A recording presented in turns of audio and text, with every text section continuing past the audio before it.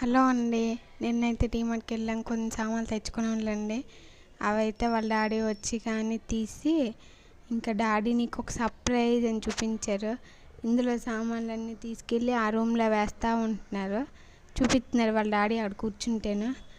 మళ్ళీ అక్కడ తెచ్చి పెట్టియండి అంటే, మమ్మీ నువ్వు అంటావుగా మమ్మల్ని మేము ఏదైనా తీస్తే చల్లేస్తున్నావు పాడేస్తున్నావు మేము చెయ్యొద్దు అని అంటావుగా, మేము ఎందుకు సర్దాలి మమ్మీ నువ్వే సర్దేసుకో అంటున్నారు. సరేలే నేను సర్దుకుంటా అంటే, సరేలే మమ్మీ సర్దుతాం అనుకొని ఇంక తెచ్చి అదిగోండి ఆ సర్ఫ్లో అయితే పెట్టేస్తున్నారు.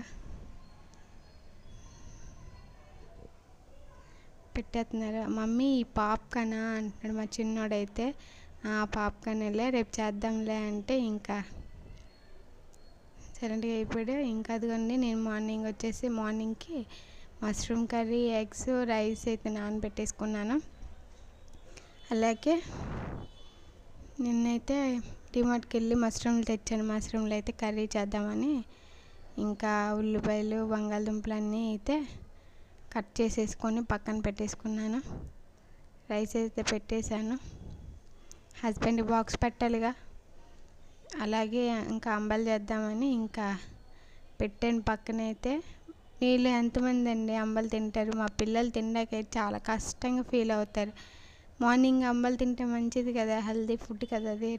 లేకపోతే తినకపోతే ఇంకా ఎగ్ ఏం తింటారులే అని ఇంకా ఎగ్ బాయిల్ చేశాను, రాగి సంగటి చేశాను.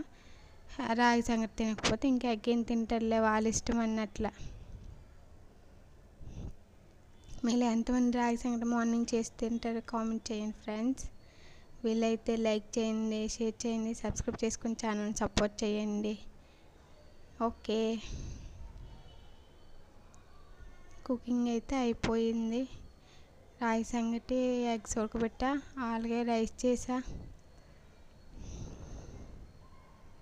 మీ పిల్లలు మీకు హెల్ప్ చేస్తూ ఉంటారు. అలాగే చిన్న చిన్న పనులు వచ్చేటప్పుడు, హాలిడేస్ వచ్చేటప్పుడు అలాగే చిన్న చిన్నవి చెప్తూ ఉండండి, చేస్తూ ఉంటారు. లేకపోతే ఇంకా వాళ్ళు కొట్టుకోవడం అలా చేయడం